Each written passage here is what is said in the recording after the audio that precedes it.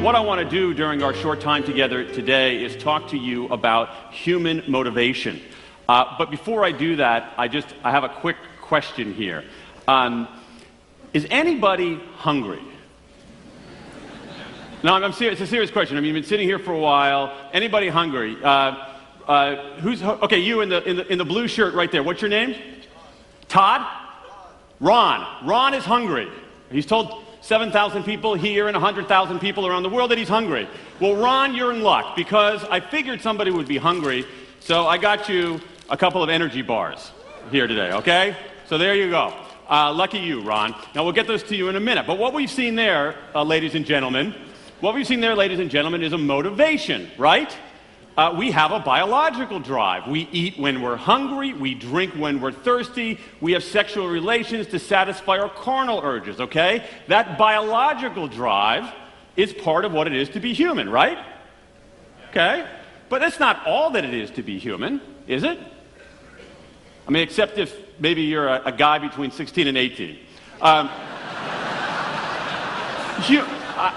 was one. Because human beings are more complex than that, right? We have other motivations besides our biological drive, all right? And let me say, to demonstrate what I mean, tell me your first name right there. Ron. No, it's not. Ron. Do you see it alphabetically, so these are the R's? I'm not going for another Ron. What's your name next to Ron?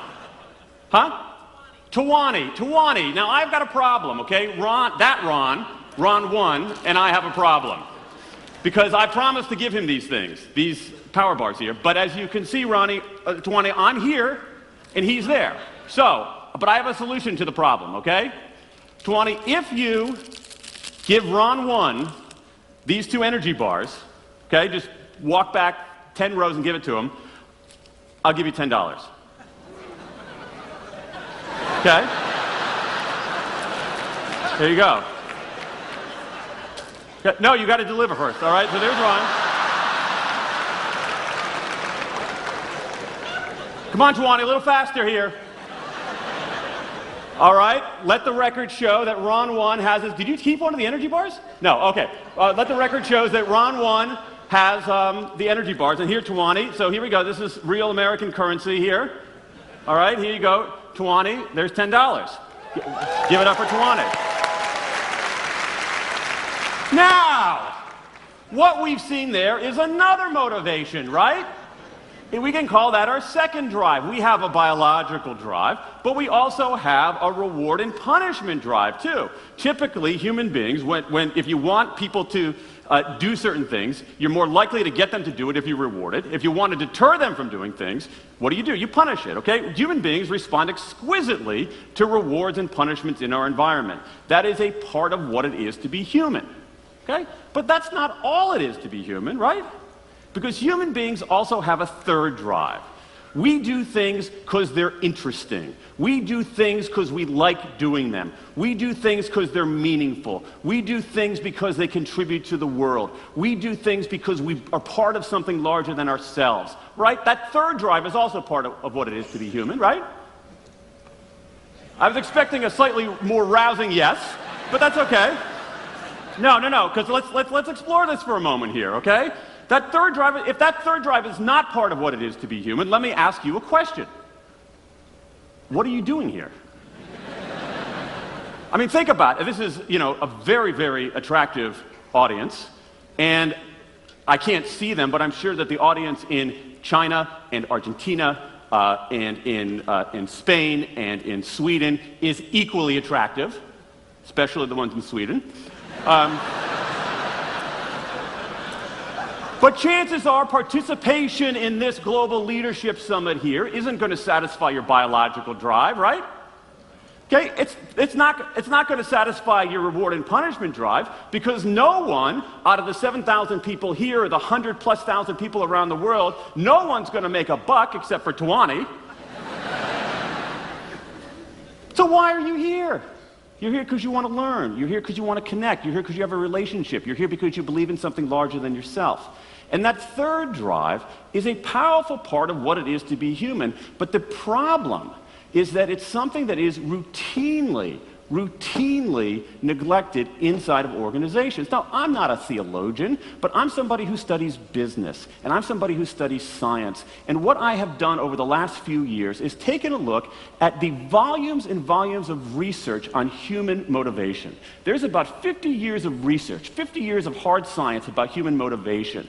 And what it does, ladies and gentlemen, is it calls into question some of the assumptions about how we run organizations, whether they're for-profit organizations like companies or not-for-profit organizations like churches. I want to tell you a little bit about the science because I think the science will allow you to challenge some of your assumptions, and then we'll talk about how we can use the science to tap that third drive and perform at higher levels. So let's talk about the science, okay? The view, unfortunately, inside of organizations is a two-dimensional view of human beings. We end up stopping at that second drive. We try to restrain the biological drive, and we try to amplify the reward and punishment drive. And that's where we stop. That's a two-dimensional view of human beings. And here's the thing, not only is that not particularly humane, it doesn't work very well.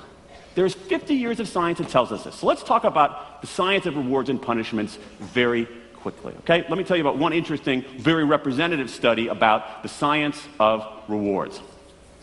This takes us to the mean streets of Cambridge, Massachusetts, where a group of economists did a study with some MIT students, Massachusetts Institute of Technology students.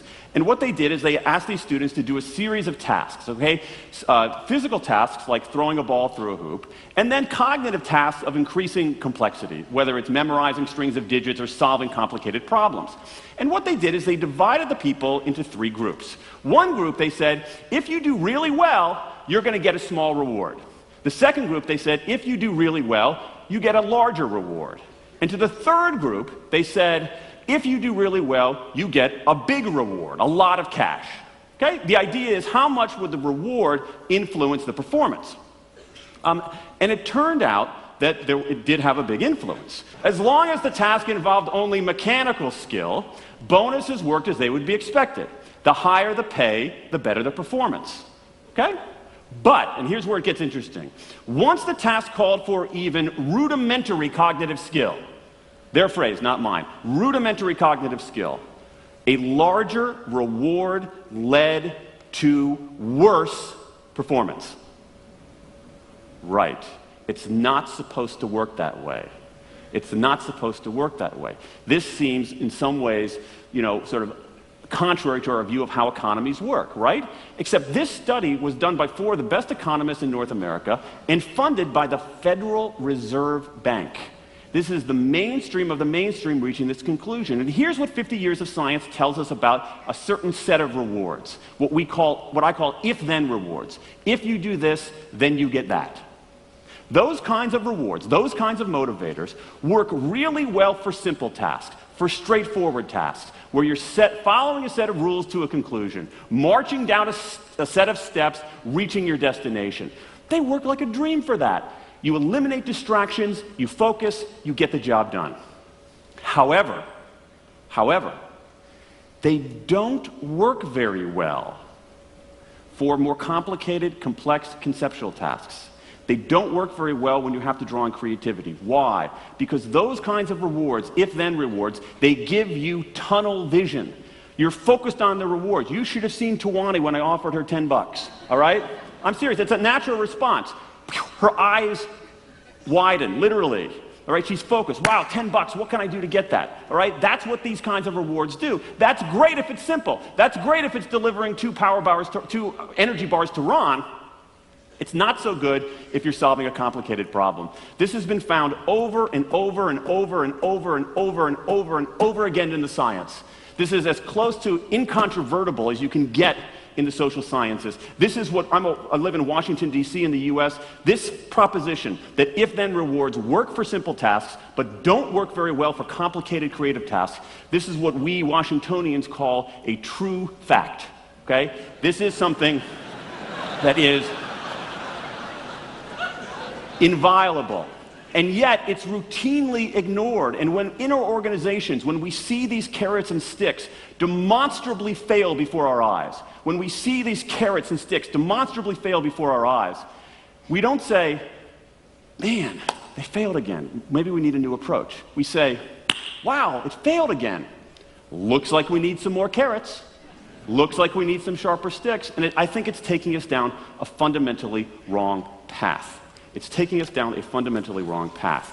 And I think there is a better path out there. I think it's a path that is both satisfies our intuitions as human beings, but also conforms to what science tells us about what really motivates people. And I think if we understand that science, we can lead organizations better, we can lead lives of meaning and purpose a little bit more robustly. And that leads me to a story. I want to tell you a story about one company that has done this. One company that has done things a little bit different. It's a company out of the United Kingdom called Redgate Software.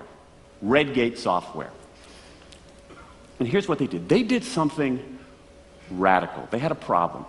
They had a sales force, right? Many organizations obviously have sales forces. They had a sales force. Now, how do you compensate salespeople? Commissions, right? Commissions. That's how salespeople sell, right? That is a law of nature, right? That's how salespeople sell. No commissions, no one's going to sell anything, right? But they had a problem. They had a compensation system where they provided commissions to their salespeople. And what happened? The salespeople began gaming the system. Not because they're bad people, because they're human beings. So what did the company do? The company made the sales compensation system a little bit more complex. So what did the salespeople do? Exactly. They upped their game. So the management says, wow, they're gaming the system again. Let's make it more complex. So what do the salespeople do? Up their game. And finally, the CEO of this company said, this is crazy. What are we doing? I think we need to try a radical approach. I think that we should eliminate commissions for our salespeople. Now, if any of you here or out there are salespeople, this is crazy talk. Eliminate commissions for sale. It doesn't work that way. So the CEO said, you know what? I want to do this. So what he did is he went to talk to the two top salespeople, the two heads of his sales division, Tom and James, right? Those aren't their real names, but we're going to call them Tom and James. Tom and James. He goes to Tom and he says, Tom, sit down for a second. I got something to talk to you about. We got a problem with our sales compensation system. We got a problem with our commission system. So I'm thinking about doing something strange and radical. Just hear me out. I'm thinking about eliminating commissions for our salespeople. But I'm going to raise your base salary and give you everybody some profit sharing at the end of the year. What do you think? Tom. I actually think it's a pretty good idea. It would make us more collaborative. It would take some of the pressure off. I think it's better for our customers. The problem you're going to have is that James will never go for it, because James only cares about money. Okay? Good, thank you. So go talk to James. A little bit of trepidation here, because James is a hard charger. James, sit down. No, sit down, James. James is not very compliant. We got a problem with our compensation system. We got a problem with our commission system, so I have a solution. It's a radical solution. I'd like you to sit down and just hear me out. I want to eliminate commissions. James, start standing up. Sit down, James. Just hear me out. Eliminate commissions, raise base salaries, give people some profit sharing at the end of the year. What do you think? James, are you serious? Yeah, I'm serious. James, I actually think it's a pretty good idea. We ended up being pit against each other, so we're always competing with each other rather than with our competitors. There's not a lot of collaboration around here. I think our customers are becoming distrustful for us. Believe it or not, I think it's a good idea.